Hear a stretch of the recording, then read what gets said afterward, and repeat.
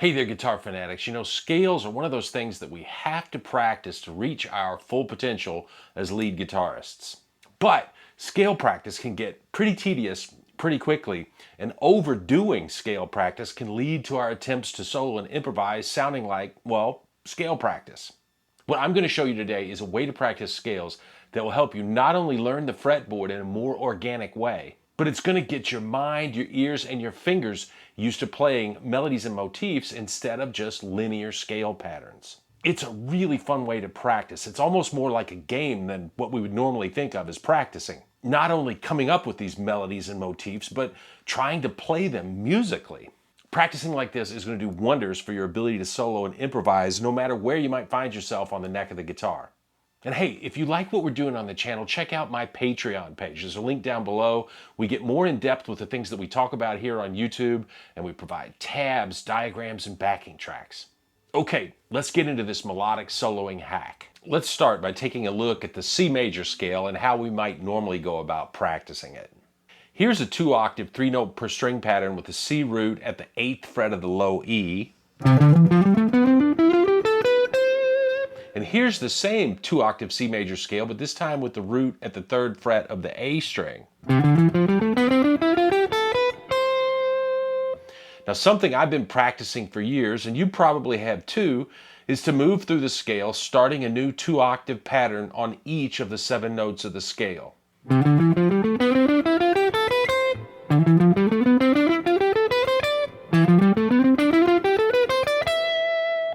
And I've also done videos recommending exercises like combining the patterns seamlessly.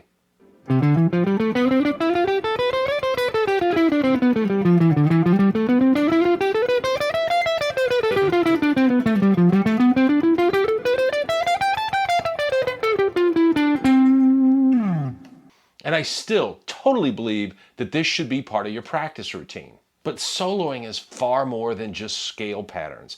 We need to be able to make up and integrate melodies and motifs on the fly to combine with our more flashy scale patterns. This is how we make our solos really stand out. And I know from experience, if all we're doing is practicing running scales, it's really easy to default to scales when it's our turn to take a solo. So what if we were to revamp this idea of just running up and down scales in a linear way and instead start spending more of our practice time creating little melodies and moving those through each of our scale positions? For instance, let's start with that C major pattern starting on the C at the 3rd fret of the A string. We're going to pick some choice notes, make up a little melody, and we're going to move it through the entire scale. Check this out. Let's play the G and the E on the D string at frets 5 and 2, and then D and C on the A string at frets 5 and 3. Those intervals would be the 5th, the major 3rd, the 2nd, and the root.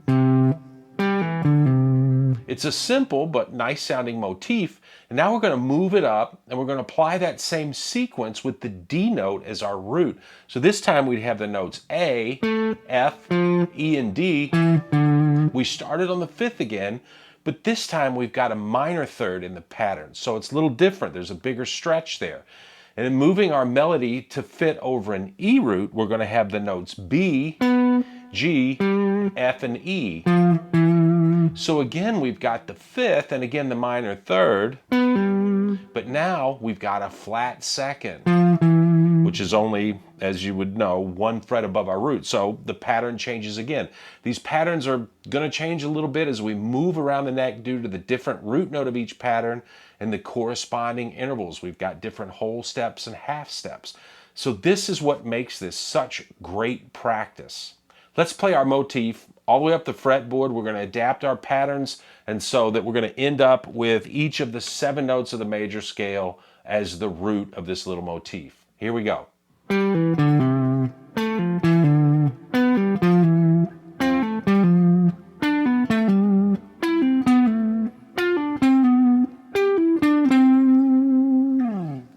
I mentioned one of the benefits of practicing this way is the ability to integrate multiple practice points. Let's add some phrasing to this little motif, so we're not only going to be getting more familiar with the fretboard, we're going to be getting in some phrasing practice at the same time. Moving the pattern over to the G and B strings, here's our shape with the C root. So we've got G and E at frets 8 and 5 of the B string, then D and C at frets 7 and 5 of the G string. We're going to add some flair to that. We're going to slide into that G to get things started. We pull off to the E. We're going to play the D, but you can either bend or slide it up a whole step to that E, then come back to the D and pull off to C. And we give that C note some vibrato. Let's do that one more time. And now we've actually got a usable guitar lick. Then we move that pattern to fit over our D root. We get a couple of changes in the fingerings. The first two notes are A, and then the minor third F, so we'd be at frets 10 and 6 of the B string. So once again, that's a wider stretch. Then on the G string, we've got the second or E, and that's only half a step below that minor third. So we would either bend or slide only a half step before going back to the root. Moving the pattern to fit over the E root, it changes again. This time we've still got our minor third, but now we've got a flat second or the F, so we have to again do a whole step bend or slide to get up to that unison minor third. These changes in the fingering patterns are the kind of thing that can trip you up if you're new to this and you're trying to pull them off live. But practicing like this, it's not only going to help you learn the neck better, but it's going to develop your ear, and your ear is going to start leading your fingers around the fretboard more intuitively. Let's take this melody with our phrasing and play it through the whole scale.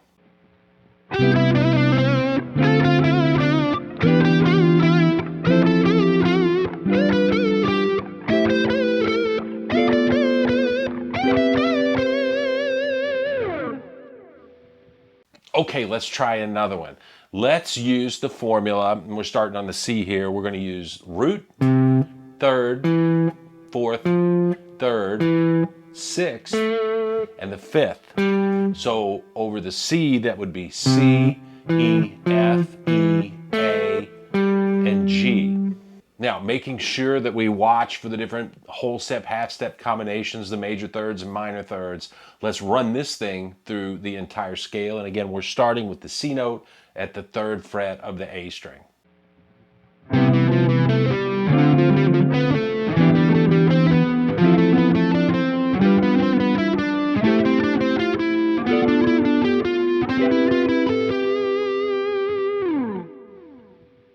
Okay, how about moving this over to the G and the B strings? The way we just played it with the roots on the A string, we were using 3 strings, A, D, and G. This time we're going to adapt the pattern to incorporate some phrasing, and by doing that we're going to play multiple notes and sort of change positions on that B string.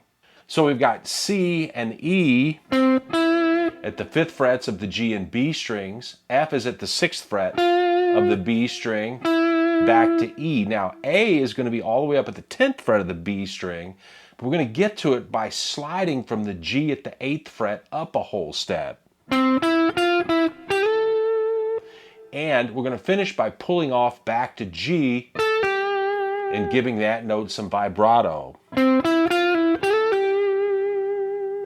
Alternately, we could bend that G up to A and release the bend back to G to finish the motif. So that would give us 2 ways to practice this particular melodic statement. Let's run through the entire key. Remember to be mindful of the different whole and half steps, how they change the fingering pattern. And I think I'll mix it up and do slides where there's a whole step between the last 2 notes and a bend where there's only a half step. Here we go.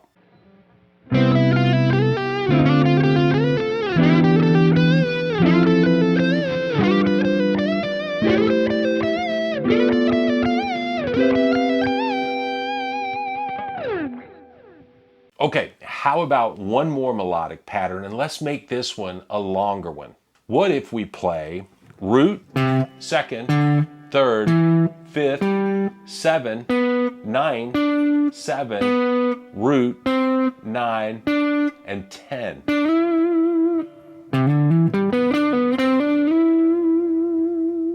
So I'm picking the first note, hammering onto the next two notes on that A string. We pick the one note on the D string, and with the same downstroke, I'm picking the first note on the G string. Then we're going to hammer on and pull off and do a little position shift slide. Now I'm going to pick that note as I slide into it. That's going to get the string ringing, so then I can hammer on and slide into the last note. So when we're playing this melody, we're also getting some good legato practice in. And let's build in some more phrasing right from the start. When we get to that last note, which is a third above the octave, we're going to pull off back down to the ninth and then either slide or bend back up to that 10th. You know, if it's a whole step, I'd probably do a slide. If it's a half step, I'd probably bend into it.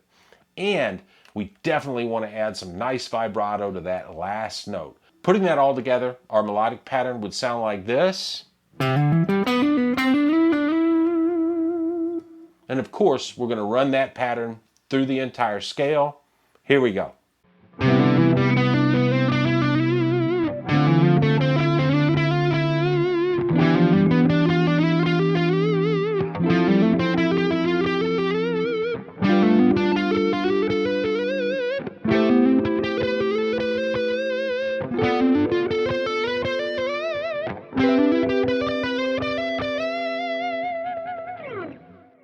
So I hope you take this information and use it to practice and increase your knowledge of the fretboard through playing melodies.